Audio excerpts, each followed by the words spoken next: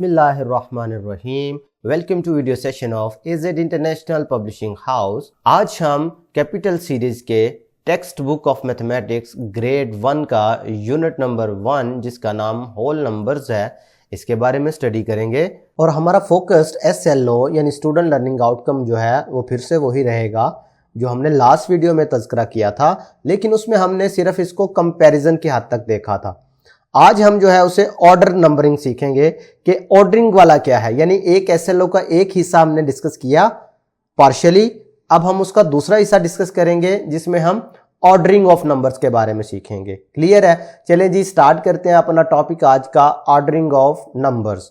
पहले इसकी डेफिनेशन समझते हैं। A process of arranging numbers in increasing और decreasing order is called ordering of number. समझे जरा भाई, अगर आप कोई ऐसा तरीका जिसके जरिए आप नंबरों को बड़े ऑर्डर में यानी छोटे से बड़े की तरफ, ये जो आपके सामने पिक्चर बनी हुई है, छोटे से बड़े की तरफ अरेंज करें या फिर बड़े से छोटे की तरफ अरेंज करें, तो ये दोनों तरह की जो अरेंजमेंट है उसको हम कहते हैं ऑर्डरिंग।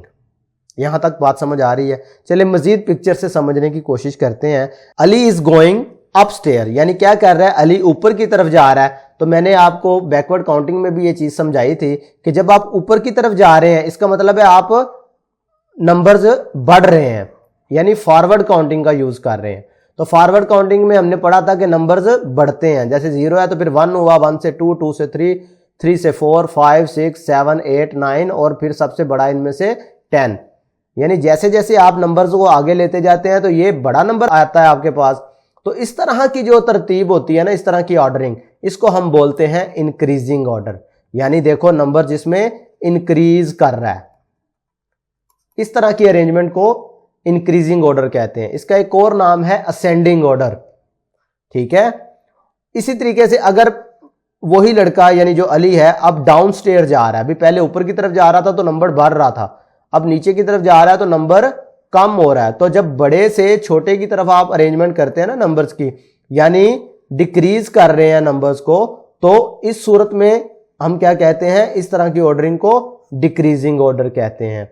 इस तरह की तरतीब लगाने को डिक्रीजिंग ऑर्डर कहते हैं। नेक्स्ट आपके लिए एक्सरसाइज 1N दी गई है जो कि ऑर्डरिंग से ही रिलेटेड है। इसमें हम समझने की कोशिश करते हैं कि किस तरह हम नंबर को इंक्रीजिंग ऑर्डर में या डिक्रीजिंग ऑर्डर में लिख सकते हैं। तो क्वेश्चन नंबर 1 हमारा है right numbers in increasing order, यानी नंबर्स को इंक्रीजिंग ऑर्डर में लिखना है। इधर हमने क्या करा? इंक्रीजिंग का मतलब क्या पढ़ा था कि छोटे से बड़े की तरफ, छोटे से बड़े की तरफ आपने नंबर्स को अरेंज करना है। तो इस तरह की ऑर्डरिंग इंक्रीजिंग ऑर्डर कहलाती है। तो पार्ट ए देख लेते हैं। इसमें अब देखें सबसे छोटा नंबर कैसे पता चलेगा?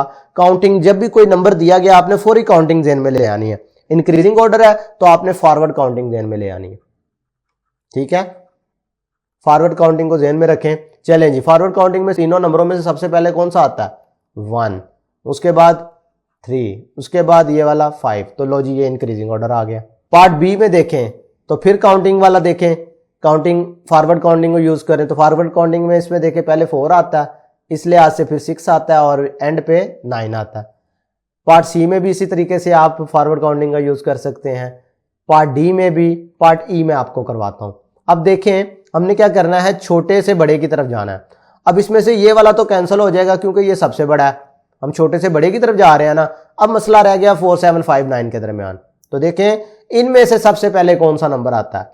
4, 7, 5 और 9 में से सबसे पहला 4 ही आता है ना, फिर 5 आता है, फिर उस लिहाज से 7 आता है और फिर 9। तो देखें छोटे से बड़ा, फिर बड़ा, फिर बड़ा और सबसे बड़ा। तो इस तरह की जो अरेंजमेंट होती है इसको हम इंक्रीजिंग ऑर्डर कहते हैं।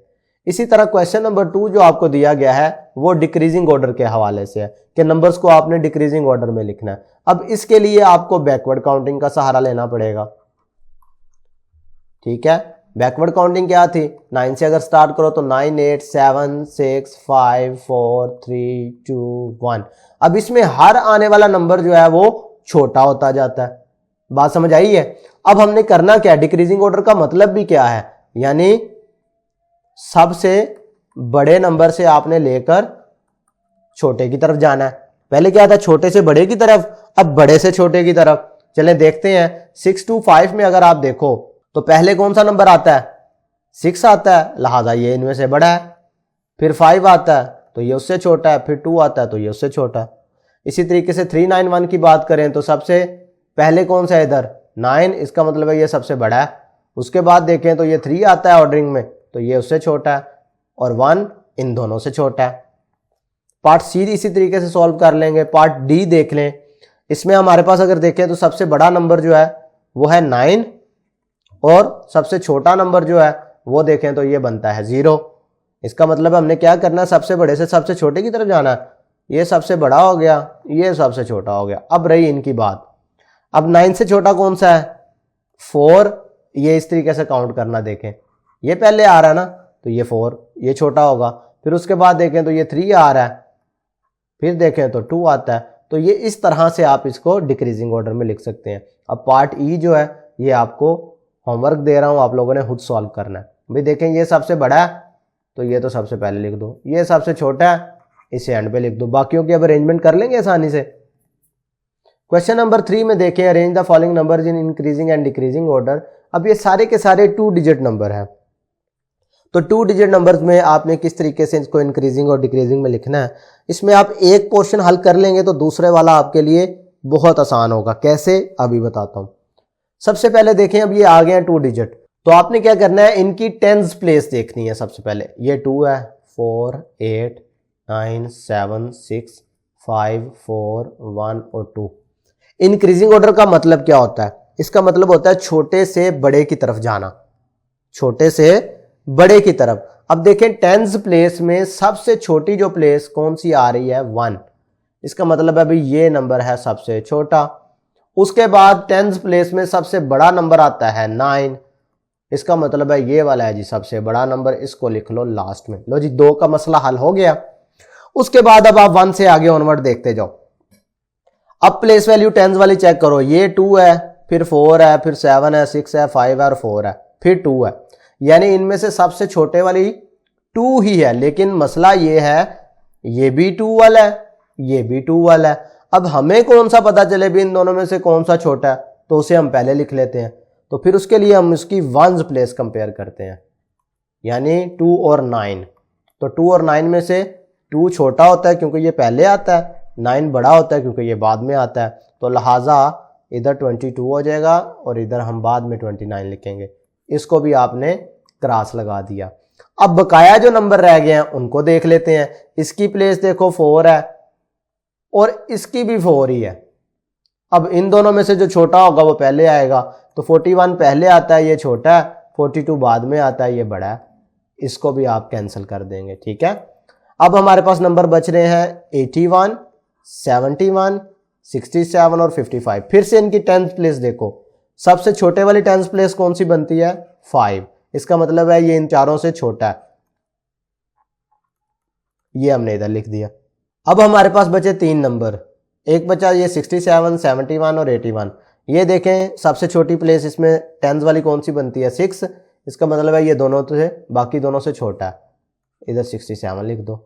अब क्या बचा 81 और 71, तो इनमें से ये छोटा है, ये पहले आ जाएगा, ये उसके बाद आ जाएगा, ठीक है। देखो हमने क्या किया, छोटे वाले नंबर से बड़े वाले नंबर की तरफ इनको अरेंज कर दिया। तो इस तरह की जो ऑर्डरिंग होती है इसे हम कहते हैं इंक्रीजिंग ऑर्डर।